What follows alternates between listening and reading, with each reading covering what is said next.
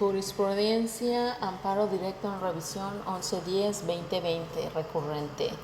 Ponente, ministro Juan Luis González Alcántara Carranca. Secretario, Pablo Francisco Muñoz Díaz, Fernando Sosa Pastrana. Colaboró Salvador Lira del Mazo Rodríguez, Julieta García Herrera. En atención a lo dispuesto en el artículo 73, segundo párrafo de la Ley de Amparo, así como la jurisprudencia número P/J53-2014, se rubró proyectos de resolución de la Suprema Corte de Justicia de la Nación y de los tribunales colegiados de circuito. Solo deben publicarse aquellos en los que se analice la constitucionalidad o la convencionalidad de una norma general, o bien se realice la interpretación directa de un precepto constitucional o de un tratado internacional en materia de derechos humanos. A continuación se hace público el fragmento del proyecto de sentencia del amparo directo en revisión 1110/2020, en el cual se realiza el estudio de constitucionalidad respectivo. Análisis de constitucionalidad del artículo 4.403 del Código Civil para el Estado de México. 232. Para efectos de claridad de la exposición se transcribe el artículo 4.403 del Código Civil del Estado de México, cuya aplicación es impugnada como parte de un sistema normativo. Artículo 4.403. Se considera concubinato la relación de hecho que tienen un hombre y una mujer que, sin estar casados y sin impedimentos legales para contraer matrimonio, viven juntos haciendo una vida en común por un periodo mínimo de 1 año. No se requerirá para la existencia del concubinato el periodo antes señalado cuando, reunidos los demás requisitos, se hayan procreado hijos en común. 233. De este artículo se advierte que, de conformidad con el artículo 4.403 del Código Civil del Estado de México, existe una relación de concubinato cuando un hombre y una mujer que, sin estar casados y sin tener impedimentos legales para contraer matrimonio, viven juntos, haciendo una vida en común por un periodo mínimo de 1 año, sin que este periodo sea necesario para la existencia del concubinato, cuando, reunidos los demás requisitos, se haya procreado hijos en común. 234. En este sentido, es claro que el legislador local de la mencionada entidad federativa, en uso de la libertad de configuración a la que se hizo referencia, estableció como requisitos para la formación de una relación de concubinato en el que las dos personas involucradas no estén casados y no tengan impedimentos legales para contraer matrimonio, requisito negativo, y vivan juntos haciendo una vida en común por un periodo mínimo de 1 año, sin que este periodo sea necesario si procrean hijos en común, requisito positivo. 235. De esto se presume que ambos concubinos deben tener el estado civil de soltería para poder establecer una relación de concubinato que genere derechos y obligaciones, requisito que, siguiendo la misma lógica de esta sala en el amparo directo en revisión 3727/2018, efectivamente resulta en una discriminación indirecta, pues aunque la norma me parece neutral porque exige el requisito para ambos concubinos, en realidad el efecto nocivo ocurre en solo uno de ellos, o bien en los dos, cuando además del concubinato, alguno de ellos o ambos estén casados legalmente con alguna otra persona, lo que obstaculiza la generación de derechos y obligaciones. 236. Así entonces, al analizar el precepto impugnado y en la misma lógica de esta primera sala en el amparo directo en revisión referido en el párrafo anterior, se reitera que efectivamente el exigir un estado civil, es decir, la soltería de la pareja de hecho para el reconocimiento de un concubinato y con ello garantizar los derechos derivados de este, representa una distinción basada en una categoría sospechosa consistente en el estado civil que no pasa un escrutinio estricto. 237. Para justificar lo anterior, y una vez establecido que la forma impugnada hace una distinción basada en el estado civil de las personas, esta primera sala procede a realizar el escrutinio estricto de la misma para poder determinar si aquella es objetiva, razonada, proporcional y si no lesiona derechos humanos, pues sería en estos supuestos en los únicos por los que puede ser admitido un trato diferencial, ya que sólo así dichas diferencias perseguirían un fin constitucionalmente válido. 238. A fin de efectuar el estudio de referencia, debe recordarse que una distinción se basa en una categoría sospechosa cuando utiliza alguno de los criterios enunciados en el último párrafo del artículo primero constitucional. 239. Por tanto, para saber si el artículo 4.403 del Código Civil para el Estado de México, que se basa en una categoría sospechosa, el Estado civil no es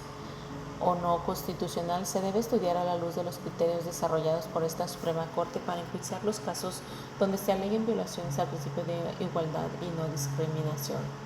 240. Para ello es necesario recordar que no toda diferencia en el trato hacia una persona o grupo de personas es discriminatoria, por lo que resulta importante diferenciar entre distinciones y discriminación, siendo que las primeras constituyen diferencias razonables y objetivas, mientras que las segundas constituyen diferencias arbitrarias que reanudan en detrimento de los derechos humanos. Sobre 241. Sobre esto, esta sala, al resolver el amparo en revisión 581/2012, indicó que cuando se examina una disposición a la luz del principio de igualdad, un primer paso consiste en determinar la intensidad con la que tiene que hacerse el escrutinio de la distinción realizada por el legislador, y que al respecto esta Suprema Corte ha sostenido en múltiples precedentes que cuando la distinción impugnada se apoya en una categoría sospechosa, debe realizarse un escrutinio estricto para examinar su constitucionalidad a la luz del principio de igualdad, indicando además que en estos casos se ha señalado que el juez constitucional deberá someter la labor del legislador a un escrutinio especialmente cuidadoso desde el punto de vista del respeto a la garantía de igualdad. Asimismo, 242, se señaló que la utilización de estas categorías debe examinarse con mayor rigor precisamente porque sobre ellas pasa la sospecha de ser inconstitucionales. En estos casos puede decirse que las leyes que las emplean para hacer alguna distinción se ven afectadas por una presunción de inconstitucionalidad. Con todo, la Constitución no prohíbe el uso de categorías sospechosas, lo que prohíbe es su utilización de forma injustificada. El escrutinio estricto de las distinciones basadas en categorías sospechosas garantiza que solo serán constitucionales aquellas que tengan una justificación robusta. 243. Sirven de apoyo los criterios de rubros, igualdad, cuando una ley contenga una distinción basada en una categoría sospechosa, el juzgador deberá realizar un escrutinio estricto a la luz de aquel principio de igualdad, interpretación constitucional, para determinar si en un caso procede aplicar escrutinio intenso por estar involucradas categorías sospechosas, igualdad e igualdad. Casos en los que el juzgador constitucional debe analizar al respecto a dicha garantía con mayor intensidad. 244. Expuesto lo anterior, esta primera sala examinará la norma impugnada a partir de las siguientes interrogantes esenciales.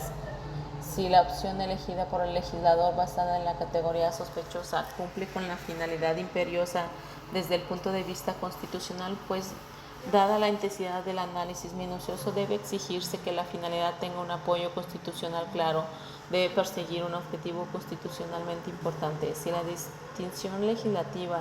está estrechamente vinculada con la finalidad constitucionalmente imperiosa, esto es, la medida debe estar encaminada a la consecución de la finalidad, sin que pueda considerarse suficiente que esté potencialmente conectada con tales objetivos, a partir de lo cual ha de examinarse si la norma trastoca o no bienes o valores constitucionalmente protegidos, si los hechos, sucesos, personas o colectivos guardan diferencias sustanciales y objetivas suficientes que justifiquen dar un trato desigual a las parejas del mismo sexo respecto de las parejas heterosexuales,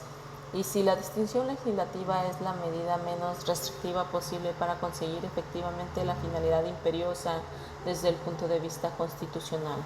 245. Por tanto, sobre el primer punto, es decir, el referente a si la opción elegida por el legislador basada en la categoría sospechosa estado civil cumple con una finalidad imperiosa desde el punto de vista constitucional, debemos precisar lo siguiente. 246. Ahora bien, tanto en el amparo de revisión 1127-2015 como en el amparo directo en revisión 3727/2018, esta primera sala determinó que desde un punto de vista constitucional el concubinato sirve como instrumento para que en lo individual los concubinos ejerzan el derecho al libre desarrollo de la personalidad y como familia ya constituida logren el acceso a la protección del Estado, esto es, en términos de los imperativos en el artículo 4 constitucional. 247. Asimismo, en los referidos asuntos se señaló que el punto de partida que ha adoptado esta primera sala sobre el trato igualitario constituye un principio complejo que no solo otorga a las personas la garantía de que serán iguales ante la ley en su condición de destinatarios de las normas y de usuarios del sistema de administración de justicia, sino también de la ley, y que el principio de igualdad deben entenderse como la exigencia constitucional de tratar igual a los iguales y desigual a los desiguales, ello en congruencia con la Corte Interamericana de Derechos Humanos en torno a esos derechos, toda vez que dicho Tribunal Internacional ha señalado que la noción de igualdad se desprende directamente de la unidad de naturaleza del género humano y es inseparable de la dignidad esencial de la persona, frente a la cual es incompatible toda situación que, por considerar superior a un determinado grupo, conduzca a tratarlo con privilegio, o que, a la inversa, por considerarlo inferior, lo trate con hostilidad o de cualquier forma lo discrimine del goce de derechos que si se reconocen a quienes no se consideran incursos en tal situación. 248. El Comité de Derechos Humanos del Pacto Internacional de Derechos Civiles y Políticos respecto al tema de la discriminación, en el que el principio de igualdad guarda íntima relación, ha definido a aquella como toda distinción, exclusión, restricción o preferencia que se basen en determinados motivos como la raza, el color, el sexo, el idioma, la religión, la opinión política o de otra índole, el origen nacional o social, la propiedad, el nacimiento o cualquier otra condición social, y que tengan por objeto o por resultado anular o menoscabar el reconocimiento, goce o ejercicio en condiciones de igualdad de los derechos humanos y libertades fundamentales de todas las personas. 249. Expuesto lo anterior, podemos concluir que la final de toda norma en materia familiar, como lo es aquí impugnada, debe ser, inciso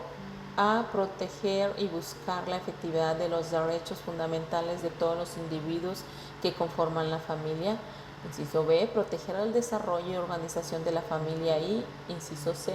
proteger a la familia como una realidad social en todas sus manifestaciones sin formas, sin importar cómo esté organizada o cómo se haya generado. 250. Así entonces, si bien los requisitos exigen la norma impugnada, particularmente el relativo a que para constituir concubinato las personas involucradas no deben estar casadas ni tener impedimentos legales para contraer matrimonio, tiene como objetivo asegurar en la medida de lo posible la estabilidad de la relación y dotar a la misma de los mismos elementos básicos que caracterizan al matrimonio. Dicho requisito no guarda vinculación con la finalidad constitucional expuesta anteriormente, debido a que, en la medida en que se supeditan las obligaciones y derechos derivados del concubinato a que ambos concubinos se mantengan libres de matrimonio, desconociendo las diversas posibilidades de conformación de vida familiar en las que es factible celebrar matrimonio con una persona y a la vez establecer una relación de concubinato con otra, obstaculizando el ejercicio de derechos, y por ende es inconstitucional y contraria a los principios de igualdad y no discriminación. 251. Es decir,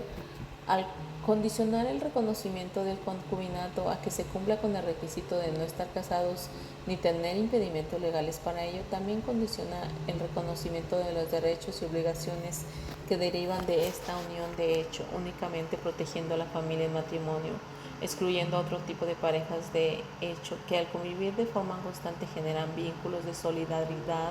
y ayuda mutua, pero que por algún motivo no cumplen con todos los requisitos para ser considerado como concubinato, colocándolas en una situación de desprotección que, lejos de buscar la efectividad y garantía de sus derechos, lo condiciona y obstaculiza, ignorando la pluralidad de familias y el reconocimiento de la familia como una realidad social. 252. De ahí, al no haber sido superada la primera grada del escrutinio estricto referente a que cumpla con una finalidad imperiosa constitucional, es innecesario realizar el resto de los pasos para el análisis de escrutinio estricto. 253. A esta misma conclusión arribó esta primera sala en el amparo directo en revisión 3727 diagonal 2018, aprobado por mayoría de 3 votos en sesión de 2 de septiembre de 2020, en el que sostuvo similares consideraciones, por lo que en atención al principio de autoridad formal resulta vinculante para la misma.